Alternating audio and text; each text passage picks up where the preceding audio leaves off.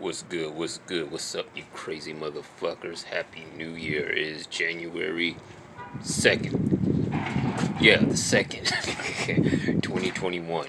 And we are back here again with another video. Let's see if this shit is going to record properly, because I've been having extreme technical difficulties with giving out videos lately. So, first topic. Based on some of the comments that were left on my previous video, or the one before the previous video, about the Reaper current, evocation of spirits, as well as the Gnostic current. We're going to start off with the Reaper current. So, Necromancy and the death arts, black arts in general, will take you to many different varying paths of apotheosis. One path will take you to becoming a death god, another path will take you to becoming a reaper, another path will take you to becoming a wraith if that's what you so desire. The paths of apotheosis are limitless. Remember that.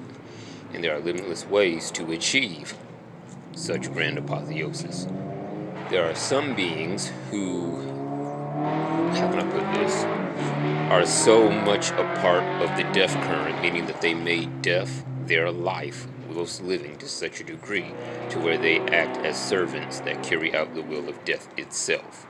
Not coming from the command of a black magician, not coming from the command of a necromancer, but coming from the command of death itself. These are what we know as humans as reapers. They come to collect souls, plain and simple. The duties and the power you gain is tremendous.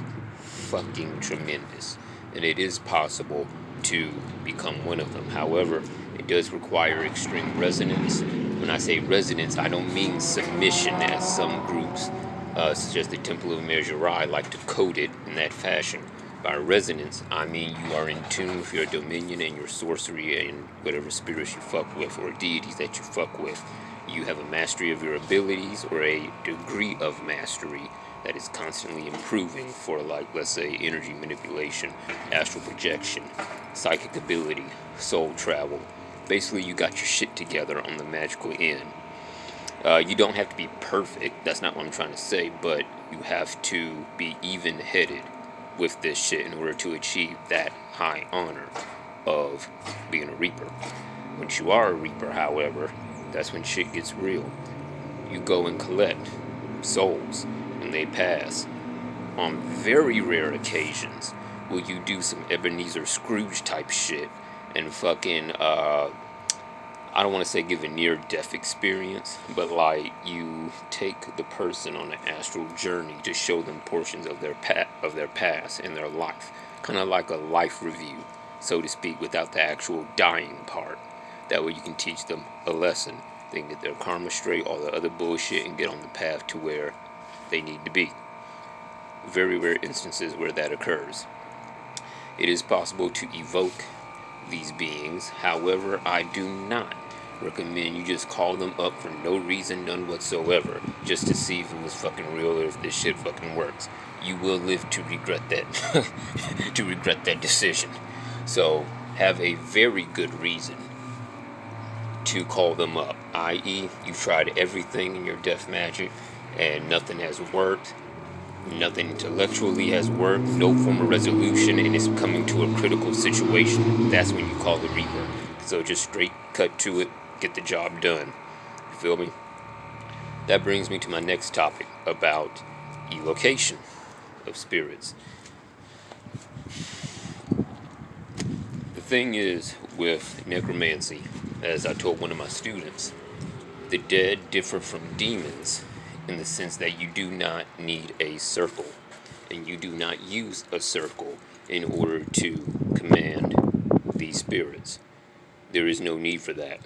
These spirits are spirits of the past, spirits of humans and some animals that have passed on. Yes, they can be lethal as fuck, don't get me wrong. However, if you treat them with respect and approach them in your divinity, in your, I don't even want to say magical authority, but you approach them in power, in your personal power, and you maintain those energetic boundaries, you will not have need for a circle, and they will recognize your authority and your influence. This kind of trails going off into things like kingly authority, spiritual influence, that kind of thing, but that's a topic for another video. When you're working with the dead, protocol is very important. Thus why we wear certain colors here, at least in America, and I'm pretty sure in Canada, when it comes to funerals, you wear black. That's the color that resonates with death, that was given by protocol to us. In other cultures, let's say China, somewhere around there, the color is white. That's their protocol given to them by their beings. The rituals you find in each culture, in each brand of mythology, from Greek to Toltec to Aztec to fucking Korean to whatever, is their protocol, and they follow and abide by that. This is for multiple reasons. When you abide by these protocols, you're showing subconscious respect to the spirits of that cemetery and of that land. You're showing respect to the death gods, the death deities that rule over that particular area. Now, if you take this to a magical end, let's say death cursing, helping spirits cross over, etc., the colors and the garments and all the other good shit help you channel that energy very well. You become saturated in it.